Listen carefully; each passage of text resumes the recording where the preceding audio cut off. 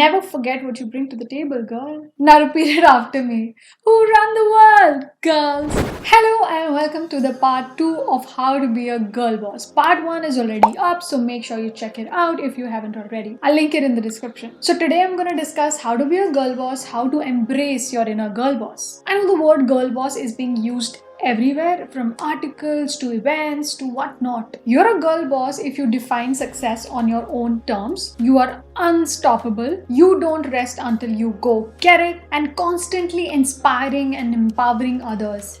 Leading by example. Girl boss is an attitude. These girl boss strategies will help you forge your own path, make your own rules, and be the boss of your life. If you're new around here, this channel is all about business, mindset, spirituality, and my journey as an entrepreneur. Give this video a big thumbs up if you like it, subscribe and hit the bell icon to be notified every single time I post a new video.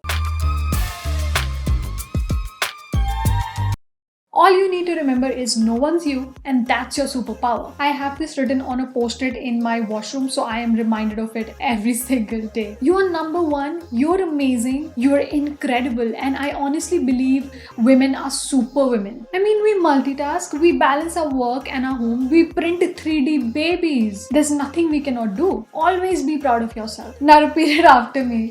Who run the world? Girls. Know what you want. It's important to have a voice of your own, know what you want, and have the courage to pursue it. Some of us want to build businesses, some of us want to just raise a family, and some want to do both. There's nothing wrong with doing any of these. It's the key to having the vision to know what your end goal is. What are you really truly passionate about? What makes you get out of the bed in the morning? You just need to know that's really something you want and not something you're doing to make others happy. Do what truly makes you happy. Another thing is to not fall into the trap of chasing someone else's dream. Yes, sometimes we see someone else doing well at something and we go, oh, that looks good, I should do that too. Don't do that. You need to have a compelling reason why you want to do something. It needs to be your goals, your dream, not someone else's. It shouldn't feel like this is what I should want instead of what I really want. Otherwise, you're just gonna get exhausted and burnt out after a point. So you've got to know exactly what you want and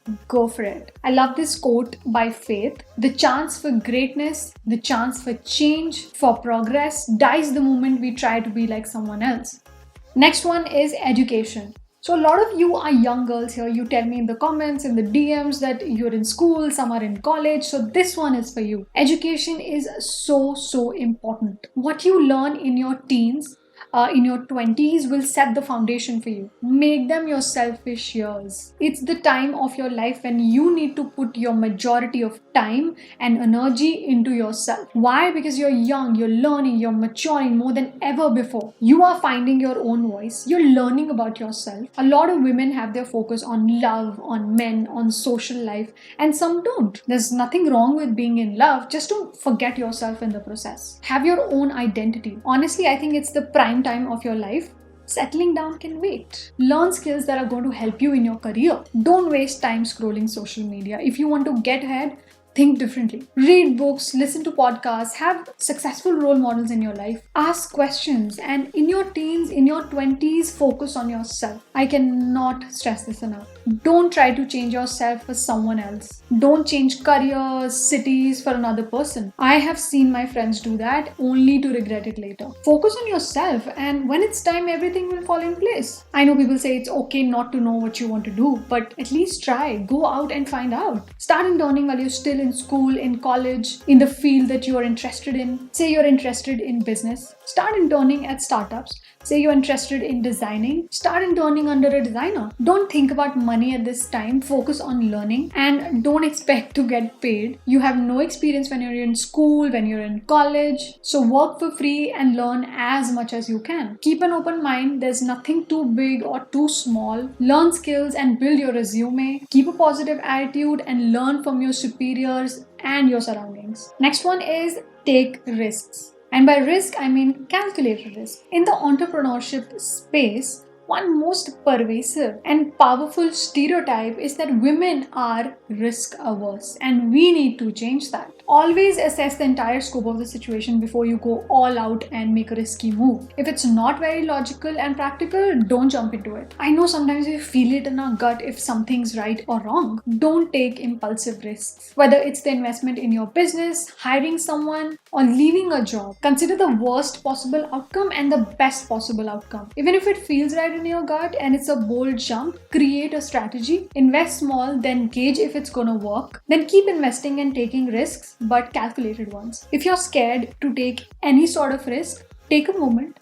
Ask yourself, why are you scared to do this? What is holding you back? Is there any solid reason for not taking that risk, or is it just fear? Asking yourself some tough questions would open you up to new opportunities. I'm planning a detailed video on this super soon, so make sure you subscribe. Don't get paralyzed by guilt. Why is it so hard for us women to be straightforward? Ask for what we want, be ambitious, ignore society's expectations, and live our lives to our fullest potential. You know why? It's the guilt. Most of us are paralyzed by guilt. Most women have been conditioned from a young age to be nice and accommodating. And that's okay to an extent. But if we let others guide our choices, where do our needs and desires fit in? So how do you take control and not be paralyzed by guilt? First step is to know what you truly want and then set priorities. Communicate your priorities clearly and set boundaries. I'm sure people who love you, who care for you, won't want to see you exhausted, burnt out, and unhappy. And communication is the key here. Earlier, women rarely communicated how they felt, and it was assumed that's just the way it's supposed to be. But not anymore. Our mental health is as important as our physical health, and an important part is played by the other women in our lives. Women should support other women, period. And as you practice this more and more, the guilt will start to fade. Change your mindset.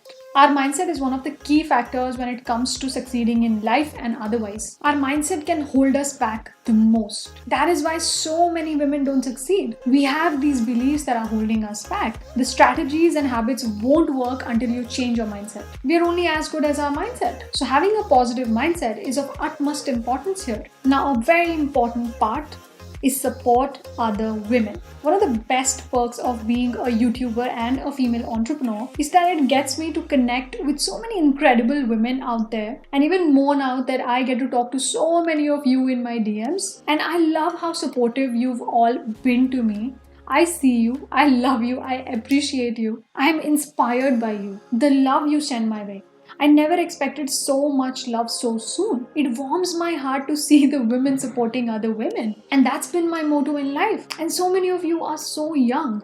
It's so amazing how sassy you all are. Thank you. So coming back to women supporting other women, no one would understand and relate to a woman's pain and what we go through than another woman, right? Don't bitch, don't put anyone down. If you feel you need to one up others and put others down, this behavior screams insecurity. Never be that person. It doesn't make it any easier if we bring each other down. Amazing things can happen when women support other women. Let's make the world a better place for all women. As Rumi said, and I quote, "Stop acting so small.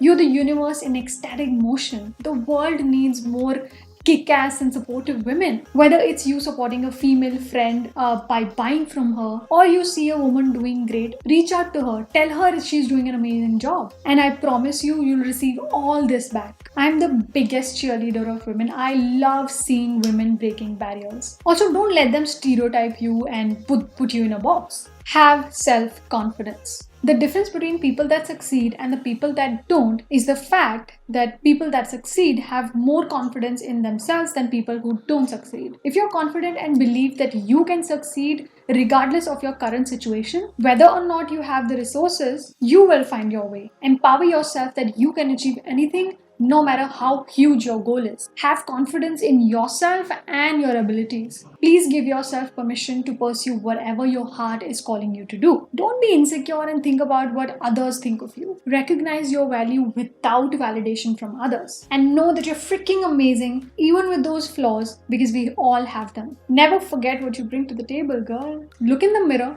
be proud of who you are and how far you've come. Learn to feel comfortable in your own skin. And you must have heard, know your worth and then add tax. Now, very important part is self self-care. Create a self-care routine for yourself. And I'm not talking about skincare. Skincare can be a part of your self-care routine, but not entirely your self-care routine. Women are constantly working, be it at home, at work, and oftentimes we ignore ourselves, and that's not good. If you're constantly go doing things, you are going to get burnt out. If you don't pause and have some me time, go for that spa, do the things that you love doing, start a new hobby, do something each day that you're going to enjoy. Switch off work after a point and focus on yourself. Start meditating, journaling. There are so many ways to take care of yourself physically, emotionally, spiritually. Just relax. Slow down sometimes. Massive action needs to be balanced with massive self-care. Self-care isn't selfish. You'll show up as a better employee,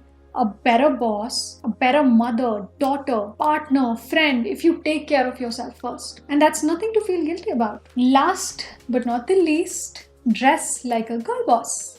Yes, dress the part. When you dress the part, you are compelled to act the part. Wear outfits that make people know that you're the boss. Dress like the powerful woman that you are. Dress like you mean business. So that's it in today's video. I hope this has inspired you. Give it a big thumbs up if you like it so more people can see it. Subscribe and hit the bell icon to be notified every single time I post a new video. See you in my next video.